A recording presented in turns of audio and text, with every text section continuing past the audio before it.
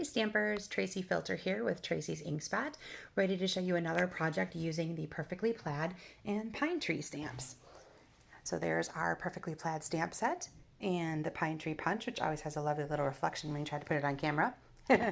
All right, so today I am going to show you how I made this card, which I've been posting on my Facebook page this week, and you might have seen it there.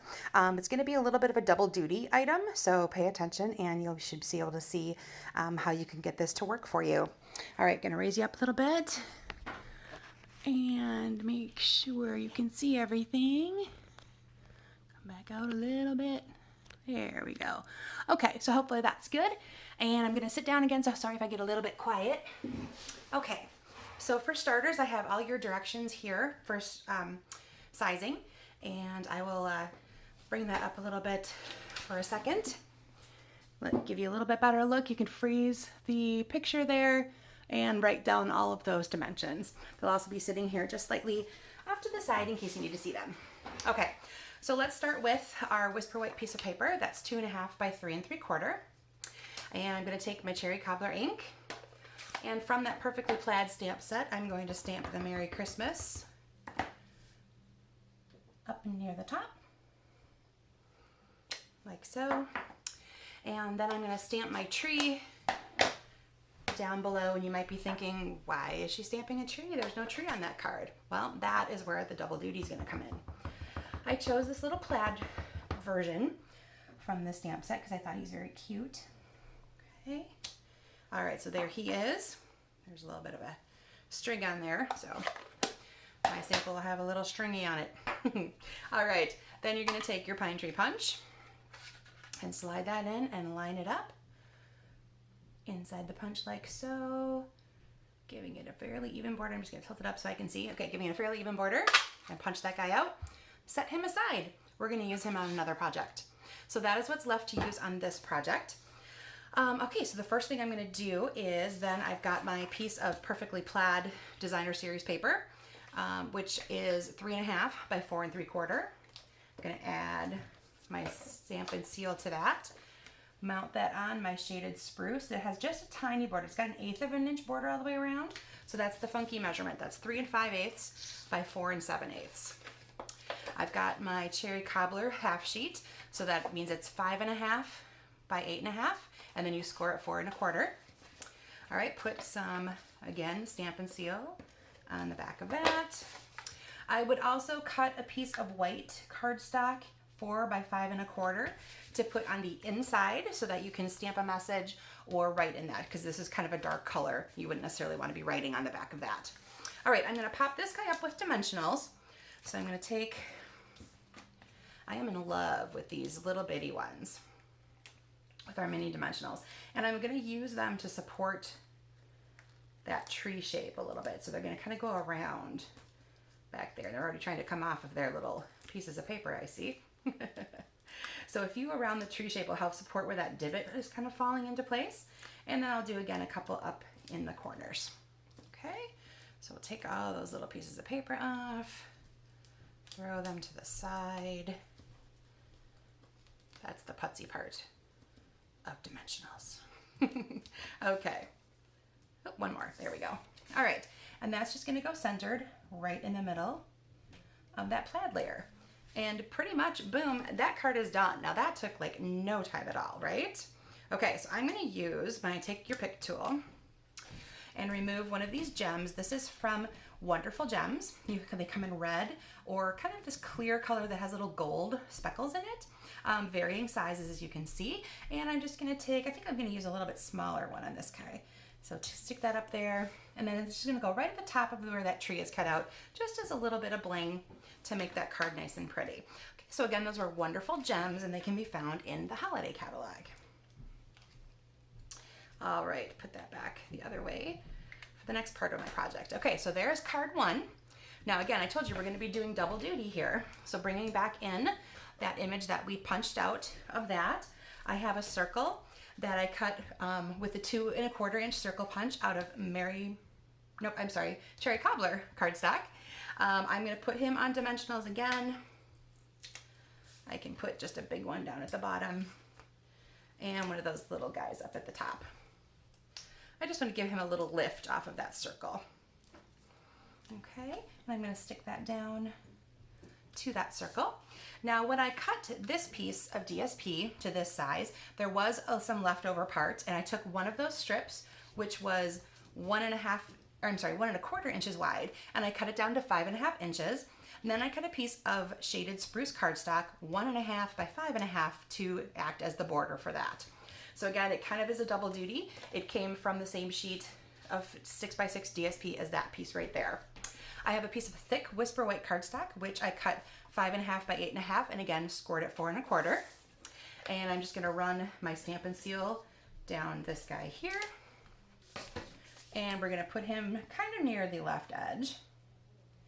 And if you have a little bit that runs over, just trim off that little bit with your scissor. Because sometimes, even though you have the best of intentions, 5.5 inches doesn't always seem to equal 5.5 inches every single time. All right, then you're gonna take that circle that we just did. And if you wanna stick with a little bit flatter, because a lot of times we do mail our Christmas cards, so I can just go ahead and put some Stampin' Seal right on this circle to mount it onto my card. I'm gonna offset it just a little bit.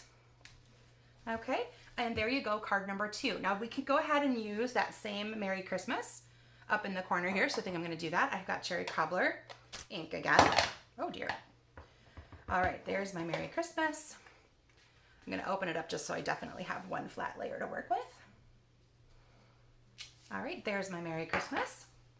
And just for fun, I'm gonna add one of those cute little gems again. This time I'm gonna go with a littler size. Oops, I shouldn't have flipped this over so fast. Okay, there we go. So you can see I'm using the little spatula side to just get under where that adhesive sticks those guys on, and it pops right off. I'm just gonna add a little bling right there. Okay, so there we have card number 2. So from the same piece of white cardstock and DSP, we split that up and made 2 Christmas cards out of it. So I love the double duty of this, where you have a similar look, but you're doing some great paper saving maneuvers there. Because every time you use a punch, you can use the negative side and you can use the positive side. So love that about these. Okay, I'm also going to show you a project I did. I'm going to put together one, I should say. I did the same concept when I made this card the first time, except that instead of using the shaded spruce, I used Mossy Meadow. And since it didn't matter if the greens weren't the same, because that piece was just going to get punched out anyway. So that is the same stamp done in Mossy Meadow. Then I have a 2.25 inch circle punched out of Merry Merlot. So it's a darker shade of, more of like a burgundy shade than even the Cherry Cobbler is. So that's called Merry Merlot. And I am going to go ahead and mount that Christmas tree on there. Whoopsie, there go my dimensionals again. All right. Okay, so there is my Christmas tree. I'm going to put him a little bit down at the bottom, and I'll show you why in just a second. I'm also going to take a 1.5 inch circle of white, the punched with the 1.5 inch circle punch even, and I'm going to put that on the back of the Merry Merlot circle. All right, I'm going to bring in my little squishy pad, and again, I'm going to use my Take Your Pick tool, except this time I'm going to switch out the spatula for the pointy end. All right, and I'm just gonna poke a hole up here at the top and go a little bit around it so I got a nice larger size hole to get through. And I'm gonna just touch on the back a little bit, push that hole open so that I can thread. Okay, I'm gonna take my scissor and just trim that off a little bit so I can actually see the hole. All right. There we go, we can see our hole. I have some gold cording here that came from the Forever Greenery combination of ribbon. So it comes with one spool of this nice, lovely gold cord, and then it comes with a wider woven ivory ribbon, which I've used on another project recently that I might have shared on my video as well. All right, I'm gonna thread that through to a certain length, and we'll cut that off right there. Put that aside. I'm just going to tie a very simple knot with the 2 ends and hope they don't fray any more than they are. I love this cord, but those ends really fray up. So you got to make sure that, I've even taken to sticking some Scotch tape around the end of it when I'm working with it and when it's on my spool so that it doesn't thread out any more than it already has. And I probably should have done that in this case because you're probably sick of watching me try to tie even the simplest knot in this gold cord. There we go. I think I finally got all the ends through. All right, pull that up as tight as I can. There we go. And I like the fraying at the end when the project's all done. It's just a little hard to work with sometimes when you're doing it. So like I said, I would wrap a little bit of Scotch tape around there. Okay, then what I'm gonna do is I've taken from this stamp set, this particular phrasing right here. May the season, special season, be wrapped in love and joy. And what I did is I colored with a marker in Mary Merlot. I just highlighted the love and joy portion. And then I'm gonna use my classic label punch and punch that guy out. Okay, so I'm gonna line up one edge so that it is gonna come out like that.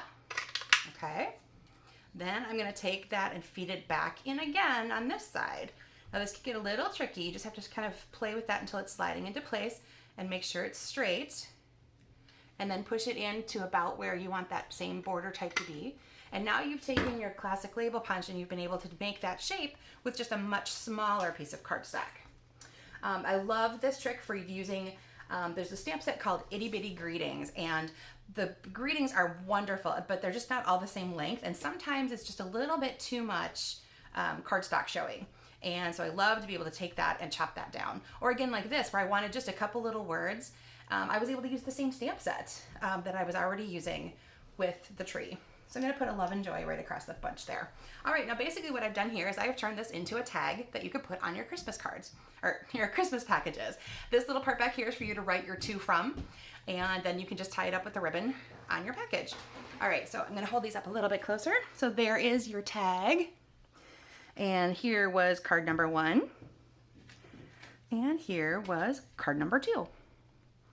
All right, so those are some really quick and easy projects that you can make double dutying with the Pine Tree Punch and the Perfectly Plaid stamp set.